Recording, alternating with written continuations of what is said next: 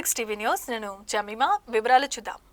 Bharat France మధ్య సాంస్కృతిక ఆధ్యాత్మిక సంబంధాలు మరింత బలోపేతమయ్యేలా మరో అడుగు ముందుకు పడింది.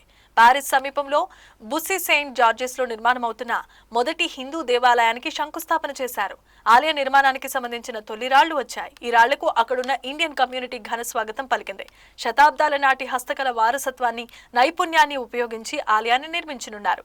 ఆలయ నిర్మాణం కోసం భారతీయ కళాకారులు స్థానిక ఫ్రెంచ్ రాతి పనివారితో కలిసి పనిచేస్తారు. వీరిలో నోట్రే డామ్ కేథడ్రాల్ పునరుద్ధరణలో పాల్గొన్న నిపుణుల బృందం కూడా ఉంది. భారతీయ వాస్తుశిల్ప సంప్రదాయాలను ఫ్రెంచ్ ఇంజనీరింగ్ నైపుణ్యంతో ఏకం చేసి ఈ ఆలయాన్ని నిర్మిస్తున్నట్లు ఆలయ అధికారులు తెలిపారు.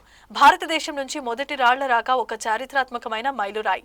ప్రతి రాయి వారసత్వం, శ్రద్ధ, ఉద్దేశాన్ని కలిగి ఉంటుంది. ఇది భాగస్వామ్య గౌరవం, సహకారం ద్వారా భారతీయ సాంప్రదాయం, ఫ్రెంచ్ ఇంజనీరింగ్ యొక్క ఐక్యతను సూచిస్తుందని ఆలయ అధికారులు తెలిపారు.